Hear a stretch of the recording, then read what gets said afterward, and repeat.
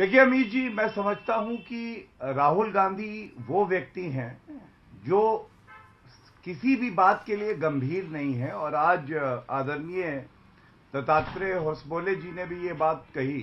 उन्होंने कहा कि एक अपरिपक्व नेता विदेशी धरती पे जाके भारत का अपमान करता है, भारत की संसद का अपमान करता है, मीडिया का अपमान करता है और साथ में न्यायपालिका का अपमान करता है। और ये क्यों होता है मैं आपको बताता हूं।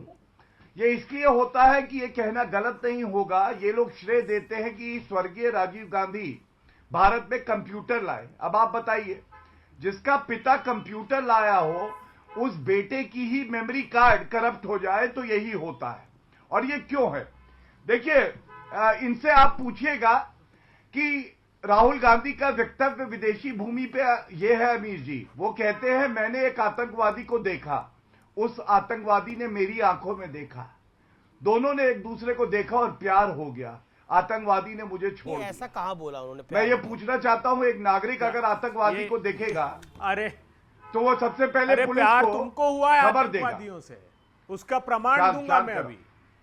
देखिए अमीर जी, मैं इनके बीच में नहीं प्रमाण दूंगा, चिंता मत करो। और मैं यही उम्मीद करूंगा अपने साथी से। वो कह रहे हैं मैं प्यार इनको हुआ है, मैं प्रमाण दूंगा। जी गौरव भाटिया।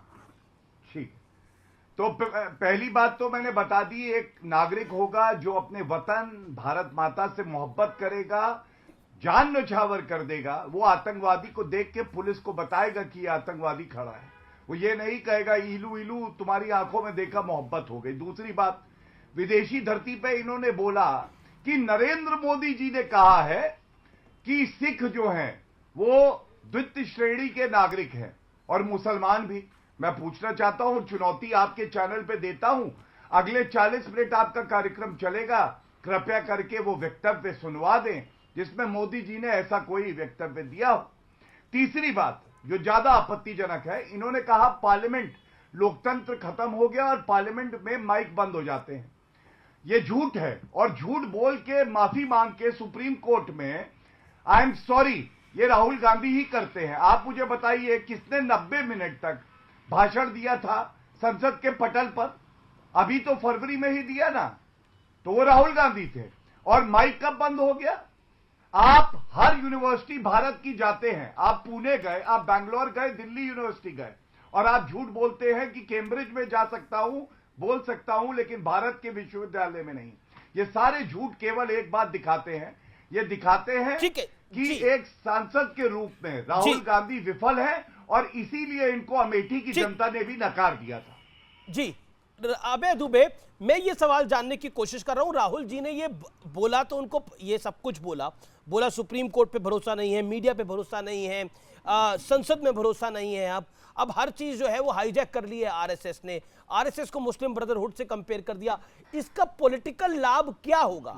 इसका इस नैरेटिव बिल्डिंग का तो कांग्रेस को नुकसान हो रहा है।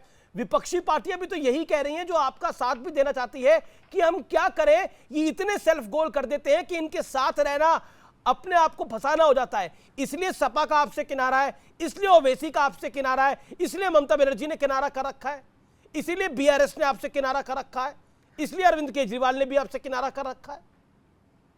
इस पूरे मेरे को आप बताइए, राहुल गांधी ने जो बोला उसका कांग्रेस को लाभ क्या हो रहा है, बताइए।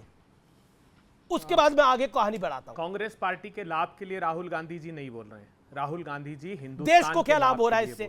देश को क्या लाभ हो रहा है? विदेशी धरती पर अगर देश के बारे में बुरा बोला जा रहा है तो देश को क्या लाभ हो रहा है?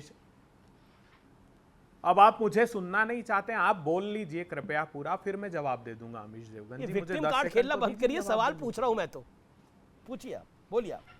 मैं बिल्कुल, आप सवाल बहुत लंबा पूछते हैं। पहले भी मैंने कहा था, मैं पहले इनको आतंकवाद का उत्तर दे दूं। किसको प्यार है उमड़ आता है आतंकवादियों से, जानते हैं अमीश देवगन जी? सैफुल्लाह फारूक, दुर्दांत आतंकवादी जिसने हिंदू पंडितों की हत्या की, 10 वर्ष तक जेल में था। पाकिस्तान में 1 साल ट्रेनिंग लेकर आया। अजहर मसूद का शिष्य, उसको भारतीय जनता पार्टी ने कश्मीर के वार्ड नंबर 33 से टिकट दिया। तारिक अहमद मीर, आज भी चले जाइए उसका मेल एड्रेस चेक कर लीजिए, जो पाकिस्तान से हथियार सप्लाई करता था, उसको विधानसभा का चुनाव इन लोगों ने लड़ाया। तालिब हुसैन, हमारे इसलिए बोला राहुल जी ने ये सब कुछ, तो राहुल गांधी जी ने ये इसलिए बोला है क्योंकि बीजेपी होता है। आपको। अभी आप कह रहे थे कि बीजेपी जो है वो मुसलमानों का ध्यान नहीं रखती, राहुल जी कह रहे थे सिखों का और मुसलमानों को ध्यान नहीं रखती। अभी आपने 4 कैंडिडेट गिना दिए कि मुसलमानों को टिकट दे दिया, ये आतंकी थे। लेकिन मेरा विषय ये नहीं है, मेरा विषय ये है कि राहुल जी ये इसलिए बोल रहे थे बीजेपी इन लोगों को टिकट दे रही है। आपका विषय क्या है? आप कंफ्यूज मत होइए ना, आप स्पष्ट रूप से रखिए।